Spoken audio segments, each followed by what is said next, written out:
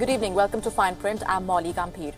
Pakistan has been pushed into a corner by its own admission. The Jaish-e-Mohammad chief Masood Azhar is in the country, and the pressure to act against him and his terror outfit is growing with each passing day.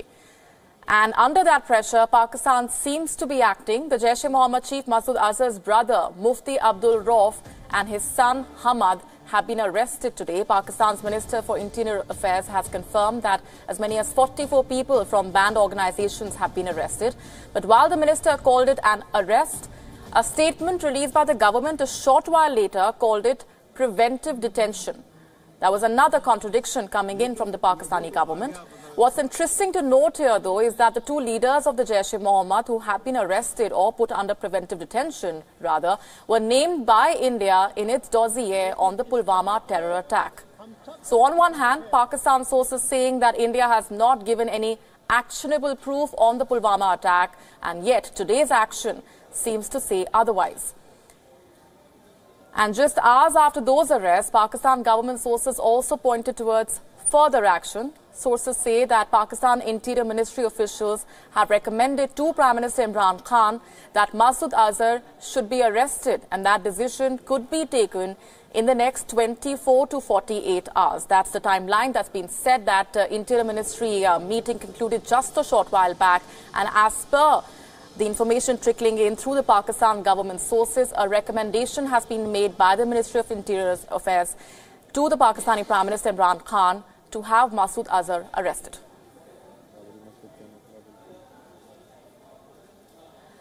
Let's break down for you what's been happening over the last few hours, the information and the conflicting versions also that have been coming in from the Pakistani government. Joining us on the broadcast is former diplomat Ambassador Vishnu Prakash. Ambassador, thanks very much as always for speaking with us here on WION. Masood Azhar's brother and son put under quote-unquote preventive detention today, and now we have the Interior Ministry recommending just a short while back that Masood Azhar should be arrested. But what the Pakistan government sources, Ambassador, are also saying simultaneously is that the dossier handed by India does not have any actionable intelligence or proof against the Jaish-e-Mohammad. Is that not a clear contradiction? And even if Imran Khan were to act on that recommendation given out today and have Masood Azhar arrested, would that be another cosmetic move, according to you, by Islamabad? 100%. It's totally cosmetic. It's a bad theater that Pakistan is enacting. It's a charade. And we have seen that. We have been there. They had said once that they had arrested Hafiz Saeed. They have arrested Masood Azhar. And in fact, what happens is that when there's so-called preventive arrest or preventive detention, whatever physiology you use, they are kept in additional comfort. You are provided all amenities. In fact, it is not an arrest, but it's a holiday that if they are actually serious, then they should be confined to a prison. They should be monitored. The international observers should have access to them, but that will never happen, Molly. What we are seeing is pure theater. And unfortunately, our neighbor will continue to enact this theater as far as they can, as long as they can, because the simple reason is that all these jihadi outfits are a creation of their own deep state and the army, and they are doing their dirty work. So there is no way that they are going to act against them unless there is unremitting pressure and there is no other choice. Molly? Right, and the media itself has been talking about how banned outfits, quote-unquote, repackage themselves, rebrand themselves and continue their operations as usual. Ambassador, given Pakistan's economic crisis, it cannot afford further action by the Financial Action Task Force. For example, it also wants to pacify the international community, which has only been escalating pressure on it to act against terror. But to what extent will these arrests by Pakistan today help its messaging to the world at large, according to you? I don't think that they can fool the world any longer. The world has seen through their game, seen through the real face. I mean, their real face is exposed. Their intentions are very, very clear. And, Molly, unfortunately, Pakistan is not a normal state. You have the state, which is, or the civilian government, so-called civilian government, headed by Imran Khan, which does not have the de facto power. And the de facto power is with the armed forces, which are a law unto themselves. And the armed forces live in the financial distress of Pakistan doesn't bother them because they have their fingers in every pie. They are the biggest. They run the biggest industrial conglomerate, business conglomerate. They are the biggest property developers. So they are very comfortable. So that is the whole challenge, because the people get hurt, the people suffer, the nation suffers, and you can see the condition that the nation is in. But the army and the armed forces laugh their way to the bank. So that is the whole challenge in Pakistan. But it's for them to decide. Nobody can help them. They are in a precarious economic condition. Their per capita income, which was 20 years ago, was higher than ours. Today is much lower. It's almost a pariah state. But I mean, they somehow are so deeply entrenched in use of terror as an instrument of foreign policy or state policy that they are not relenting. All right. We're going to leave it there for the moment, Ambassador Prakash. Thanks very much indeed for joining us with all of those perspectives. Now, that is the information that came in from Pakistan earlier in the day. But here's what India also said earlier in the afternoon. It rejected a Pakistani claim that its submarine entered Pakistani waters. The Indian government sources say that the picture that was released by the Pakistani Navy is that of an Indian submarine from November 18, 2016, which means that Pakistan is showing a 2-year-old photograph to peddle its propaganda. The Pakistani plan, according to sources, is to keep up the fear psychosis and divert attention away from the issue of terror, which remains the core issue. Earlier, Pakistan Navy released this picture claiming that it was that of an Indian submarine in its maritime zone.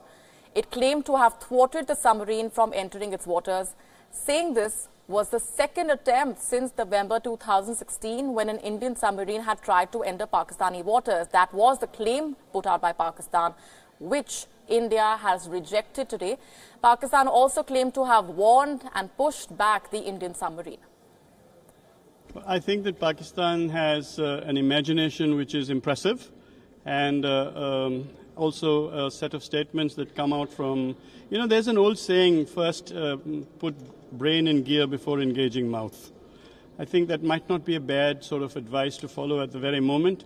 If Pakistan is of the belief that we have submarines operating in their waters and that our submarines are as indiscreet as they seem to think, then I think that Pakistan seriously underestimates the Indian Navy. We do not have submarines operating in Pakistani waters. If we did, and if we have submarines operating anywhere else, then I do not think that Pakistan has the ability to actually figure this out, much less ask them to leave. What Pakistan does have the ability to do is to release badly doctored videos. That they have. So is that a good enough sort of capability? Personally, I think that there might be one or two capabilities that you might wish to develop, which is more than that. So my short answer is, I think it's just balderdash. Pakistan, after the Pulwama attack and what happened in Balakot, and now a drone having been drowned, is on the back foot. It has to tell its people that its armed forces, the Air Force, the Army, and the Navy are actually in good shape. So they send out information and media and hype. So now they claim that they have brushed away an Indian Navy submarine which went in towards Pakistan. Freedom of the seas allows you to take the submarine anywhere up to 12 miles, as per the laws of the sea. However, whenever you have a submarine and you feel that it is there, you can drop from a ship 3 grenades and ask it to come up. So this footage may not be entirely true, but for Pakistan, it is very, very important in the psychological warfare to bring up the morale of their own people and say, here our armed forces are ready for whatever eventuality, and we must look at it at that way. Experts will be able to make out that video is an old video from a movie like Ghazi or somewhere on the internet, or Indian Navy has made videos. Tropex exercise was going on, and which was put on pause after Pulwama. There's been a lot of back and forth over the Balakot airstrikes carried out by the Indian Air Force on the 26th of February. Now, the Indian government has set the record straight. The Indian government sources have confirmed that the Balakot operation is over and that in case of another terror attack, all available options are on the table. Sources telling WION that the government's focus now is on building pressure on Pakistan diplomatically. Since the Pakistan foreign minister has accepted that Masood Azhar is in the country, and just a short while back, the Interior Ministry also recommending to the Pakistani Prime Minister that he should be arrested, India believes that time has now come for diplomatic isolation of Pakistan and further efforts in that direction. Government sources in India confirming that India is reaching out to the members of the UN Security Council to blacklist Masood Azhar. India's message to Pakistan is clear.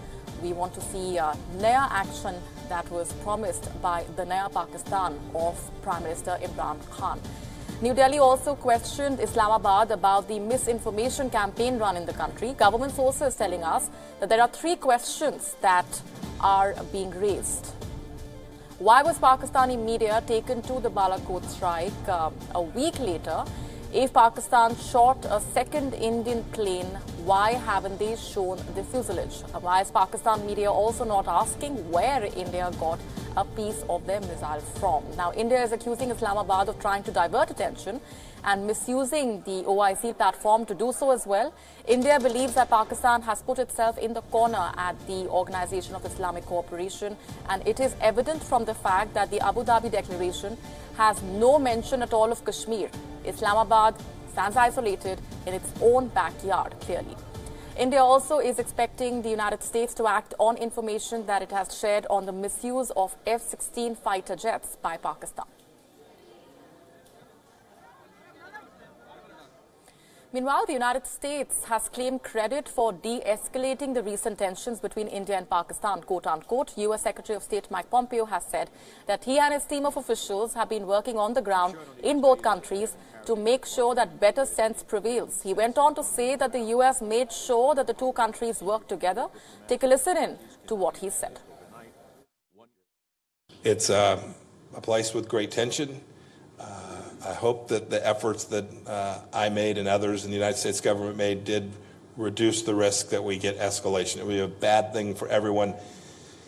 As with lots of these things, I think everyone knew that, but in times of high tension, it is often difficult, and so it requires sometimes someone else to come in and try and make sure that good reason and logic prevail in the midst of really challenging conflict that's been going on, as you well know, for an awfully long time. And it's not certain. We certainly have reduced tension through the weekend and today. My team on the ground in each of those 2 countries is working diligently to help ensure that it stays there and that this conflict is resolved in a way at the negotiating table and through peace rather than through armed conflict and the loss of lives. And a former U.S. ambassador to India, Richard Verma, has slammed Pakistan for supporting terror outfits. He tweeted saying that he was glad that there was de-escalation of tension between India and Pakistan, but added that Islamabad needed to dismantle its terror infrastructure. He also urged the international community to take decisive action against Pakistan. Meanwhile, the United States will soon end India's preferential trade treatment, and India has said that the discontinuation of the trade benefits will not have much impact on India's exports. Let's tell you more. U.S. President Donald Trump, who has vowed to reduce U.S. trade deficits, has repeatedly called out India for its high tariffs. The current arrangement allows $5.6 billion worth of Indian exports to enter the United States duty-free. In a letter to the U.S. lawmakers, Trump said, and I'm quoting from that, "I'm taking this step because after intensive engagement between the United States and the government of India, I have determined that India has not assured the United States that it will provide equitable and reasonable access to the markets of India." Meanwhile, India said that there will be a very minimal to moderate impact on Indian exports to the United States once the preferential trade is stopped. Our total GSP benefits were to the tune of $190 million on a trade of $5.6 billion. So the benefits, both in an absolute sense and as a percentage of the trade involved. The The US has given a 60-day withdrawal notice to India on the Generalized System of Preferences, or GSP, extended by the US. US-India trade ties were also impacted after India unveiled new e-commerce rules that restrict the way Amazon and Walmart-backed Flipkart carry out business in India. The e-commerce rules followed a drive by New Delhi to make global card payment companies such as MasterCard and Visa to move their data to India, and the imposition of higher tariffs on electronic products and smartphones. Now, the withdrawal of the GSP by the US on imports from developing countries, or the withdrawal of the preferential trade arrangement, is an important trade development. The Generalized System of Preferences is a US trade program designed to promote economic growth in the developing world by providing preferential duty-free entry of products. The objective was to give development support to poor countries by promoting exports from them into the developed countries. Up to 4,800 products from as many as 129 designated beneficiary countries are included under that arrangement. As of 2017, India and Brazil were the major beneficiaries in terms of export volume realized under the GSP. In total, India exports nearly 1,937 products to the US under that arrangement. However, 90% of Indian exports to America face normal US tariffs and hence will remain unaffected from the exit of the GSP program. The products covered under that arrangement are mainly agricultural products, including animal husbandry, meat and fisheries, and handicraft products. These products are generally the specialized products of the developing countries. Former Ambassador of India to the United States, Ambassador Arun Singh, is joining us on the broadcast. To help our viewers better understand, Ambassador, what this arrangement's withdrawal would mean for India. We've already categorically stated that it will not impact us much, but what makes Donald Trump make this decision at this time? The US is clearly trying to use it as a pressure point and to signal that it is not very happy with the way the trade negotiations have been going between India and the US. Because President Trump, for reasons of his own politics, presidential politics, has made trade, and especially bilateral trade figures with every country, a focus point. Now, in the overall trade relationship doesn't make sense because India's trade surplus with the US is only about $30 billion. And it pales into insignificance compared to the $350 billion trade surplus that China has with the United States. Further, India is an overall trade deficit country, not a trade surplus country. Therefore, to target exports from India in that context doesn't really make sense. And also, we are talking about just $5.6 billion worth of products getting GSP benefits. And much of it is generated by the labor-intensive sector. So the US action, to whatever extent it has an impact, would impact on the labor-intensive sector in India and jobs of some kind, where there may be some competition from other developing countries. Now, US has said repeatedly that it sees that the rise of India is in US interest. So the rise of India has to be accompanied by the economic rise of India. Only then can it be firmly anchored.